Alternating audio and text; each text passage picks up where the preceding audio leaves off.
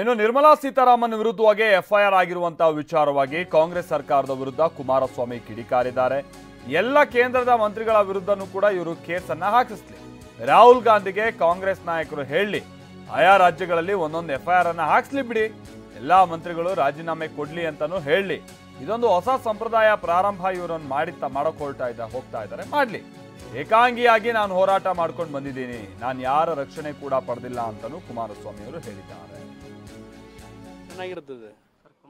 ಒಂದು ಕೆಲಸ ಮಾಡಿ, ಕಾಂಗ್ರೆಸ್ ನಾಯಕರಿಗೆ ಸಿದ್ದರಾಮಯ್ಯವ್ರಿಗೆ ಹೇಳ್ತೀನಿ, ಅವ್ರು ರಾಹುಲ್ ಗಾಂಧಿ ಹೇಳಿ ಎಲ್ಲೆಲ್ಲಿ ಕೇಂದ್ರದ ಮಂತ್ರಿಗಳವ್ರೆ ಆಯಾ ರಾಜ್ಯಗಳಲ್ಲಿ ಹೋಗಿ ಎಲ್ಲರ ಮೇಲೂ ಒಂದೊಂದು ಕೇಸ್ ಹಾಕ್ಸಿ, ಎಲ್ಲರ ಮೇಲೂ ಹಾಕ್ಸ್ಬಿಟ್ಟು ಒಂದು ಎಫ್ಐಆರ್ ಹಾಕ್ಸಿ, ಎಲ್ಲ ಮಂತ್ರಿಗಳು ರಾಜೀನಾಮೆ ಕೊಡಬೇಕು ಅಂತ ಕೇಳಿ ಇದೊಂದು ಹೊಸ ಒಂದು ಸಂಪ್ರದಾಯ ಪ್ರಾರಂಭ ಮಾಡಿ. ತುಂಬ ಚೆನ್ನಾಗಿರ್ತದೆ. ಕುಮಾರಸ್ವಾಮಿ ಅವರ ಹೋರಾಟನ ಕುಗ್ಗಿಸುವ ತಂತ್ರನ ಸರ್? ನನ್ನ ಹೋರಾಟ ಯಾವ ಕಾರಣಕ್ಕೂ ಕುಗ್ಸೋಕ್ಕಾಗಲ್ಲ. ನಾನು ಹೋರಾಟ ಮಾಡಿರೋದು ಏಕಾಂಗಿಯಾಗಿ ಹೋರಾಟ ಮಾಡ್ಕೊಂಬಂದಿದ್ದೇನೆ. ನಾಡಿನ ನನಗೆ ಆಶೀರ್ವಾದ ಮಾಡಿರ್ತಕ್ಕಂಥ ನನ್ನ ಜನ ಏನಿದ್ದಾರೆ, ಆ ಜನಗಳ ವಿಶ್ವಾಸ ನನಗಿರೋದ್ರಿಂದಲೇ ಏಕಾಂಗಿಯಾಗಿ ಎದುರಿಸ್ತಾ ಇದ್ದೀನಿ. ನಾನು ಯಾರ ರಕ್ಷಣೆ ಪಡಿತಾ ಇಲ್ಲ. ಒಂದು ಕೆಲಸ